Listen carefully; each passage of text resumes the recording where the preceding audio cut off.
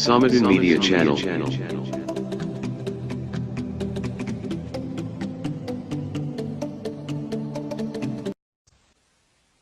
anigu waxa ay imaaday nin United ayagoo isla socdaan ninka ila hadal wuxuu dhahay naagta wax yar ay wajirin tahay marka meeshii laga hay ma aqaan waxaan dareemaa inaa iyadu ismaxaal laha oo dib qabtay waxaas ina quraan ku akhrisan sheekh quraan ina ku akhris waayo waa imaadi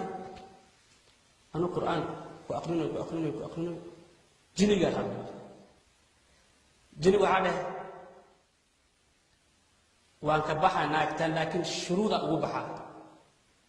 ma ya shuruud la'aan ugu baxaysa hadaa kale quraan ku hayna marka anu aqrino jini waxa dhahay bar shuruudkay maqan shuruudku maxaa waayane waxa dhahay naagtan ka baxaa ninkan galaa haye ha طيب ninku waa infadiya magta waa maqlo ya hadal ninku waxa dhahay هكيري شيخ هكيري اي شيخ اذا كنت رات هكيري طيب مركا وحاجه وحسبك يلا لانك وحاجه وحسبك يلا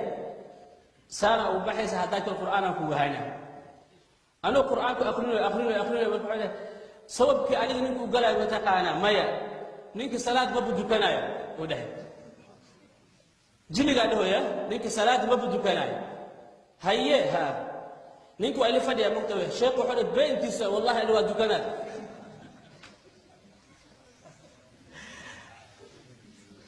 haye subhanallah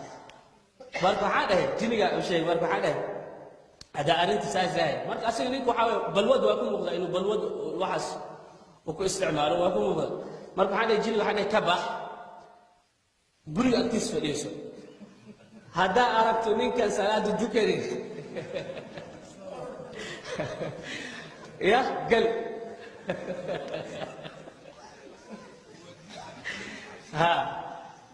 هذا كان وحاول بس صلاة وهاي موتة marka jiniga wuxuu waayahay waa ka baxay jiniga marka adiga dhowr bilood kadib gabadha ay soo wacday xaaska ay soo wacday marka wuxuu dhahay haye ka waran waxa ninka wuxuu dhahay ninka masaajidka ta asaafuro marka waxa jini taas oo kale jini fiican waa yaamuru bil ma'ruf wa yanha 'anil munkar soo ma ya ha